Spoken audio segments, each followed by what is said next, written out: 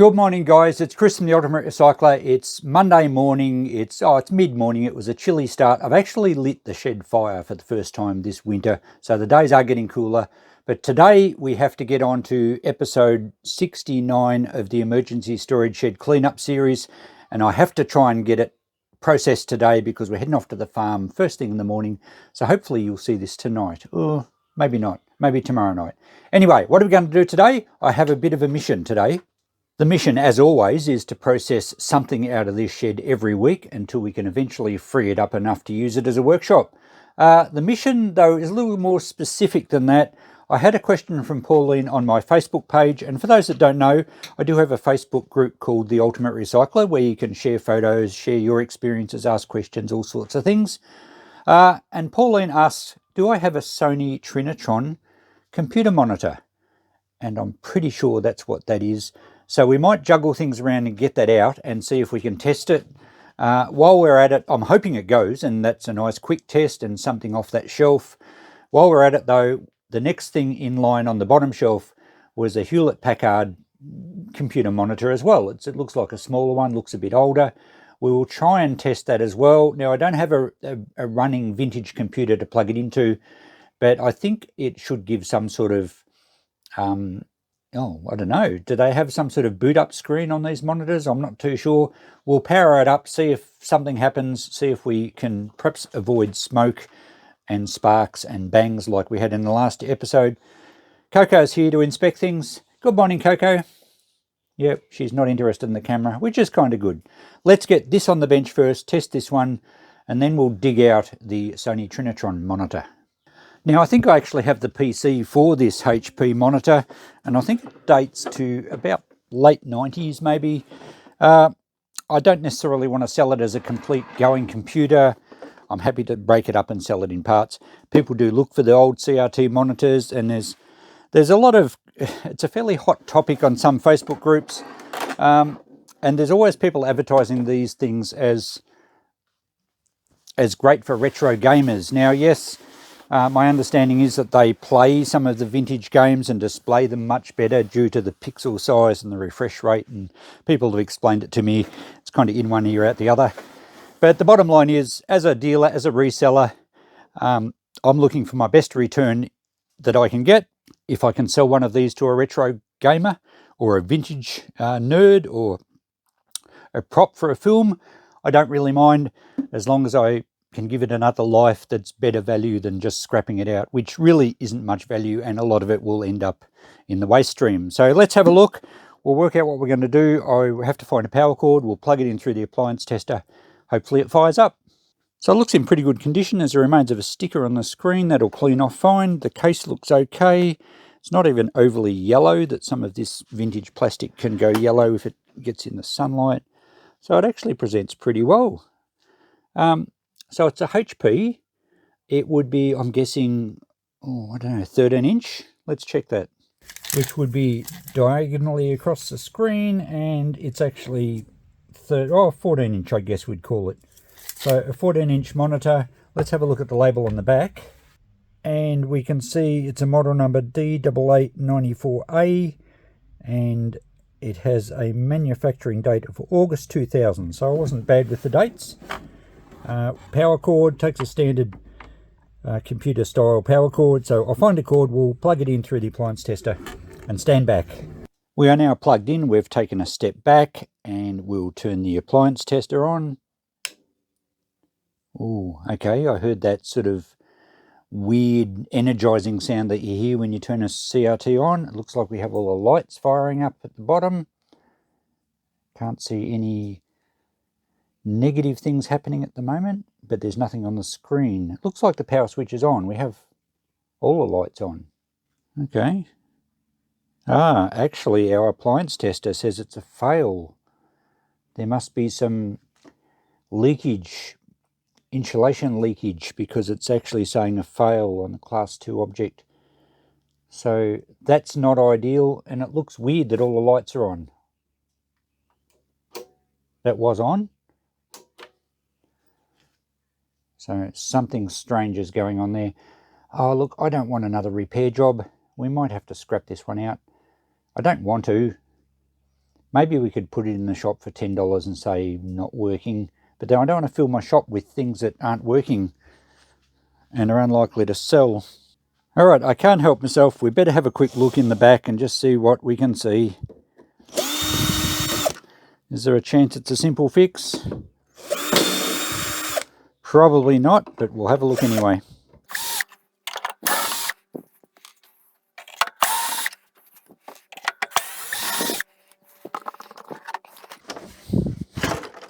At least it's easy to get into these things. Okay, being careful not to touch anything we shouldn't. Let's have a quick browse of the circuit board. I don't expect to see anything sort of black and blown up. And that's the trouble with electronics. You know, I started my career as a mechanic, and I liked the idea that if something was broken, you could see it. You know, if a bearing had overheated and the shaft had got loose, there was physical evidence of it. If something had broken and there was parts in the sump of an engine, well, it was pretty obvious. But in electronics, everything can look normal. Quite often, things look normal. It's actually enjoyable when you finally find something that's black and in pieces. Alright, I can't see anything obviously wrong. It may be a bad solder joint, which is common with stuff around this era. So maybe I could just resolder some of the parts that get hot. Some of the transformer pins, that sort of stuff. But yeah, I don't know. I don't know why all the lights were on. We did have an energizing of the CRT. So if I'm going to pull the board out and have a look, you know, I might make that another episode. I'd rather get this episode done today, and this will probably lead me down more rabbit holes, which I'm notorious for going down. A couple of things I have learned about CRTs from you guys. We need to short out the under that plug there, which is a high voltage line, and I believe you're supposed to short it out not to the chassis frame, but to the wire, the earthing strap that goes around the CRT. So I think that's right, correct me if I'm wrong, but good practice is to short that out, because the picture tubes can actually store a charge like a capacitor. So there you go, I've learned something. The other thing we need to make sure of is there's no charge left in the main capacitors on the board, because they can obviously hold a decent charge. And I do know to look for capacitors that may have bulged. Manufacturers sometimes use cheaper ones that just did not last and they can leak. Can't see anything obvious there. And the other thing I know to look for is poor solder joints, because soldering from this era was notoriously known to crack or essentially have a bad joint. So a few things to look for. I'm certainly not an electronics technician, as most of you will know. I'm really flying blind on a lot of these things. So I think we'll put the back on this one for now, and we'll look at it in a future episode. It's probably worth just looking over the board, seeing if there's anything obvious. And if I can't find anything and everything tests okay, I think we'll probably just scrap it. For those that haven't done much scrapping before, there's a little bit of scrap value on these CRTs. You do have a degaussing cable, which is this cable running around the edge of the tube, and it's usually copper, quite thick copper wire. There's also copper wire around the yoke that goes on the back of the CRT. There's some decent transformers in there, well, a few anyway, although I believe there's not much copper in these flyback transformers. That's the one back in here. The board itself isn't of any real value, it's only power board grade. So, and we've got a cord. So there's a little bit of copper to be saved. And then I'd probably just put the back on and send it to e-waste. But we will look at it in a future video fairly soon, because I don't want these things hanging around, and just check for some obvious faults when I've got a little bit more time than I have now. Let's get the Sony Trinitron out, and hopefully that one goes. I've just been juggling things around, and looky, we have a Sony Trinitron Multiscan E200 and a Sony Trinitron Multiscan 17 SF2. That one looks a bit scuffed. I think it's been slid around on its face, unfortunately. It's probably only marked the plastic, and it may polish out. The screen looks okay. So they both look to be the same size. I guess they're a 17-inch or thereabouts. So we might as well test both of them, and that will give Pauline an option, and maybe I could put one on eBay. Prices on these Trinitrons are, well, they're confusing. They seem to sell on eBay. A lot of times they're buy it nows, but they're for many hundreds of dollars. And yet you look on the vintage computer Facebook groups and people value them a lot lower, and they say, oh, you know, eBay price, where people are after ridiculous figures. But the bottom line is they actually sell, well, they seem to, for those ridiculous figures. And look, as a dealer, I will accept a ridiculous figure. Those tubs there, I've got them marked, these 3 tubs, and that's a code where I know they came from. Purchased 2019, and it's vintage computer stuff. It's not super old, but when I would sort stuff and store things, I just take a punt, and vintage computer stuff can get quite valuable quite quickly with the passing of years, as these things apparently now are, because it wasn't that long ago when people were throwing them in the tip. In fact, some people probably still do. There's a Pioneer turntable we'll be testing shortly. So I've juggled up this shelf a bit. We are going to kind of have a bit of a break from electronics, though. In between these, I might pull out some other boxes from under here. There's some interesting stuff down the back here that we can actually now see in. That large cardboard box looks to have a Claxton car horn, and I think it's a cuckoo clock. There's lots of other parts and tools and things in here, so I'll try and keep a bit of variation, but let's test both these Sonys now and see if we can get at least one of them to go. It's only a slightly larger screen than the HP, but it's substantially heavier. It's also a bit yellowed, this one, so may have had the sun come in on it for some of its life, but hopefully the internals are good. Okay, this multi-scan E20 measures as a 16-inch screen. I'm not sure they even made a 16-inch screen, so I'm not sure about that. Maybe it's classed as 17. And at the back here, it's a model CPD E200. Does it give us a manufacturing date? August 2000, so very similar date to the HP. All right, well, let's do the same test through our appliance tester and see what happens. I feel I need some sort of stand clear siren like they do at the big open cut mines when they're about to use explosives. Anyway, let's turn it on, see what happens. Oh, okay, we've got that same CRT sort of, it's a weird sound, but it's a power up of the screen sound. Now, that would mean the switch was on. Oh, look, we have life. No input signal. And then it's got a white, red, green and blue stripe. I guess that's sort of a self-test thing. It's a little stroby on the camera, but it's perfectly stable, oh, other than a flicker. Seems perfectly fine on the actual CRT. Well, that's excellent. I'd like to put a signal into it. So I do have a computer that I might be able to fire up that I think this will plug into. And I just had a look at the tag, and this was dropped off to my shop as e-waste about 3 years ago. So it's probably just been in someone's shed, but that's fantastic. It looks like it's going to work. All right, I might have to see if I can dig out my other computer and hopefully we can plug it in, but let's go and get the other one and see if that powers up. I'll tell you, you appreciate a laptop when you have to carry these heavy desktops around and it's just the monitor. So, yep, let's give this a test. So this one's certainly a bit rougher condition. I think the case would probably clean up okay. I thought the screen might have been scratched, but whatever those marks are actually coming off. So hopefully the screen's okay. And down the bottom here, it doesn't look like the buttons are damaged, but I'm sure it's been scraped or something. So it's a multi-scan 17 SF2. Let's see what the label says at the back. Okay, this is earlier. This is October 1996, and it's a model CPD-17SF2. I guess 17 inch. I will measure it and see if the screen actually is 17 inches. Because sometimes the screen, I guess, could be bigger than what the actual plastic bezel allows you to see. So that measures 16 inches. So maybe when you're measuring on something like this, you've got to add an inch for the actual real screen size.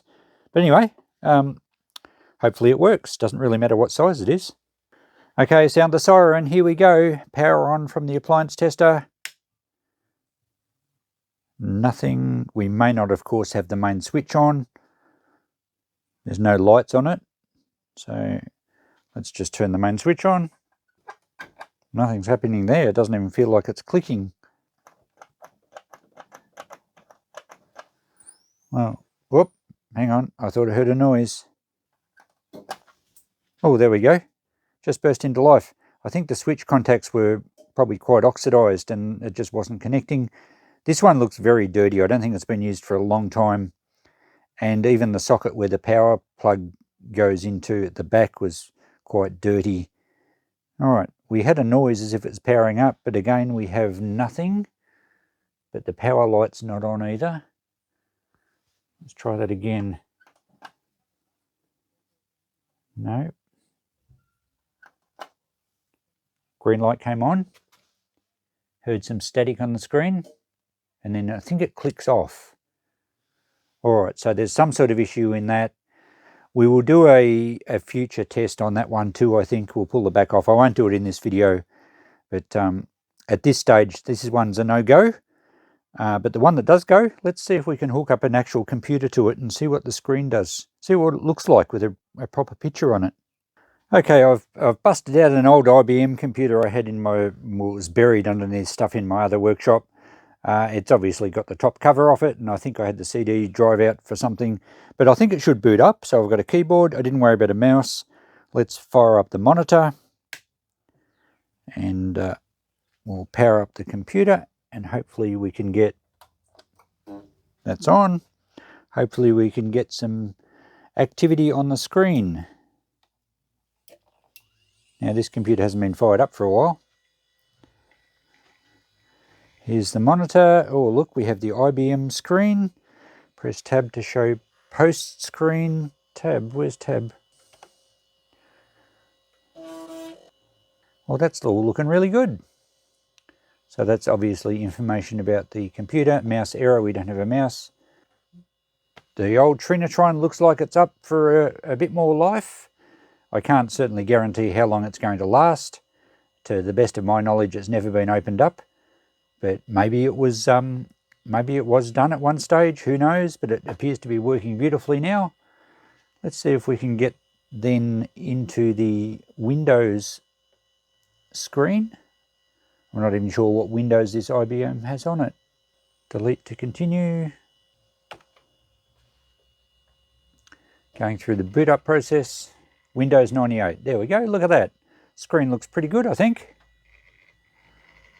A little bit of strobing through the camera as we normally get when we're filming a CRT. Perfectly fine to my eye outside the camera. And the IBM looks like it still boots up fine. Fantastic. Alright, so we have a working Sony Trinitron. The next step is to probably just give it a bit of a wipe over, but this one was much better than the other one. And then we need to establish a value. What price should we put on a Sony Trinitron Multiscan E200? Okay, let's have a search on eBay and see what we can discover. If you've never even thought about vintage computer monitors before, or monitors in general, old TVs, you may be quite amazed what prices some of them bring. Now, I've just searched Sony Trinitron monitor. It's probably the keywords that someone's going to have in the title. We've got 181 results. I think this is probably worldwide. Oh, it's on the default setting. Let's just go Australia only. Narrow it down a bit. Oh, there's only 2. Okay, and neither of these are actually computer monitors. These are your PVMs. I forget what that stands for, but they're the sort used in TV stations and that sort of stuff, and they can make very good money. As you can see here, what people are asking. Keep in mind though, this doesn't tell you what they're worth. That's just what people are trying to get for them. Let's go to completed items. And we have 24 results. And so that one's a PVM, sold for 500. Here's a computer monitor, Sony Trinitron Multiscan.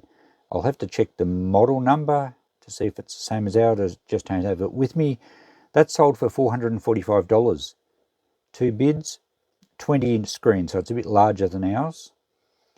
This one, exactly the same model, 1 bid at $300. So a big difference between those two straight up.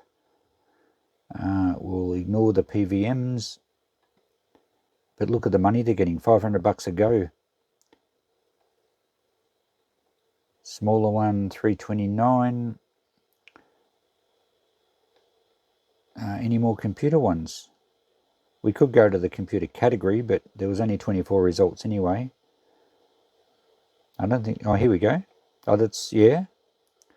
$790 for a 19-inch Sony Trinitron computer monitor.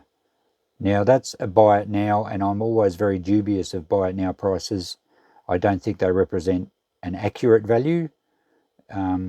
Sometimes someone can have a friend bid on it just to try and artificially inflate the prices. Seems a bit silly to me because the seller's going to have to pay fees on it, although they may have a way of cancelling the auction afterwards. So you have to be suspicious of buy it now prices, I think. Or someone wanted one there and then, and I lived in the same neighbourhood, because remember, you have to pick these up, they're too heavy to post. So anyway, I think that's an unrealistic price. Now we're into other brands. So I've gone to different... Oh, they've got Trinitron in the title, but it's a Dell monitor. So, yeah, only $1. Parts only, though, not working. Interesting that they show a picture. And then we're into normal CRT TVs, some of which can make pretty good money as well, but no other computer monitors. So, what do we have to go on? Well, we had one with 2 bids. If we discount the 791, we have one with 2 bids, and what did that sell for? 425 or something? Let me find it. 445. Oh, and then we had another one with 1 bid at 300. Going on those results, mine has to be worth between 300 and say 450. It's a shame we can't find any current auctions. We could go worldwide and see what we find. 183 results. Let's just go to the computer category. I think there's one for computer monitors. That should rule out some of the PVMs. No, it doesn't. Alright, we'll have to... That's a CRT monitor. Buy it now, 496. That's a computer monitor. Didn't sell, 452. That one's the one we saw. Those two are the ones we saw before. There's one 331 sold. That's a 15-inch. 313. So you can see most of them sell, and for pretty big money. And there's one at the bottom here, $96, parts only. That's in the UK. So even $100 for one not working. There's a blast from the past. Who remembers the old Pipes screensaver? I'd forgotten that was on this computer.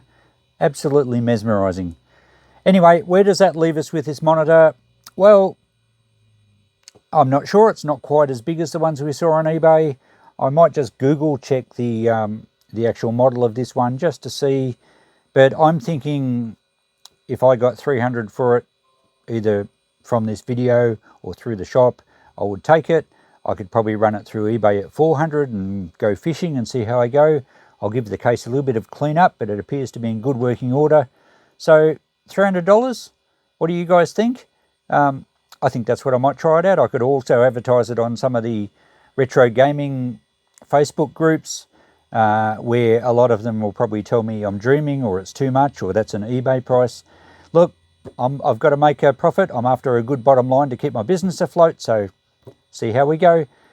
Anyway, Pauline, if you're interested, I'll give you a first offer, so shoot me a message.